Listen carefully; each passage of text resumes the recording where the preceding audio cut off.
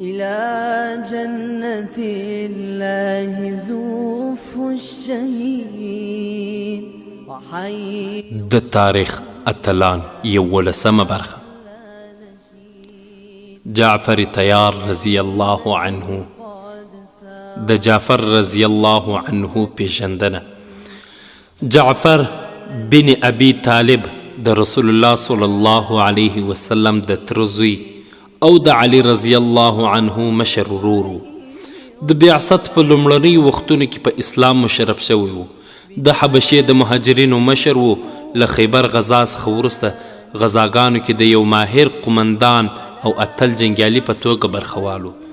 د موته په غزا کې د زید بن حارثه له شهادت وروسته یې بیرغ په لاس کې ونیوه او تر هغې مهال پورې جنګېده چې د شهادت ستر مقام ته ورسېده.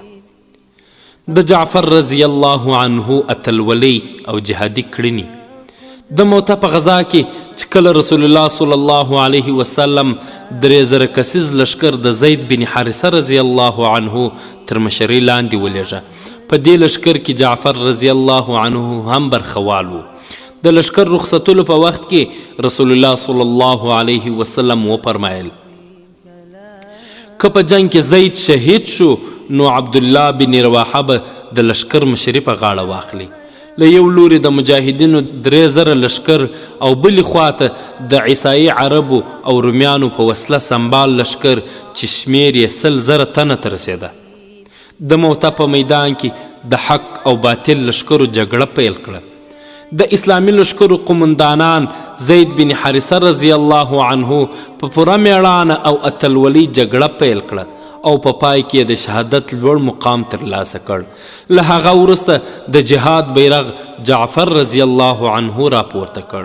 د دشمن په صفونو کې د یو اتل جنګیالي په څیر وننوت او په دې مفهوم اشعار یې ویل جنت څومره ښه او ښکلی دی هغه ته نږدې کېدل هومره خوند کوي.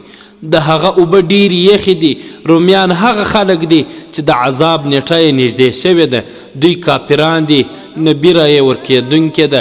پر ما دا فرض ده چې ورسره مخامخ شم ګزار ورباندې وکړم. په جعفر رضی الله عنه له هر لور د تورو غشو او تیزو ګزارونه و. ټول بدن یې زخمی و خو له دې سره به یې چې دشمن ورنږدې کېده په یوه ګزار به یې راپرځاوه او د جهنم کندې ته به یې لیږه. په پای کې دشمن د هغه یو لاس غوڅ کړ. هغه سملاسي بیرغ په بل لاس کې ونیوه. بل لاس یې هم ورته غوڅ کړ. هغه بیرغ په خپلو شوټو لاسونو په سینې پورې ټینګ ونیوه. په همدې حالت کې چې په بدن کې یې 90 زخمونه په ځمکه راولوېد او د شهادت لوړ مقام ته ورسېد. ترتیب محمد جاوید حنیف ویاند محسن احسان.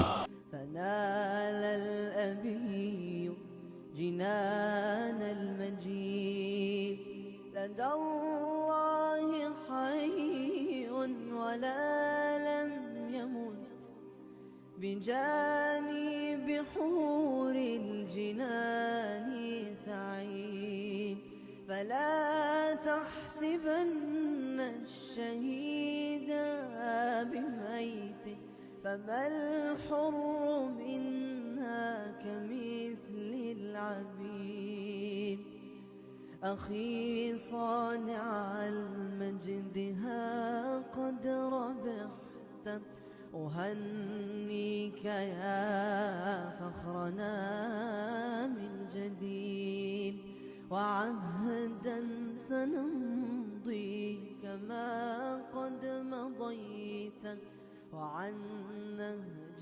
دربك لا ننحيد تقدم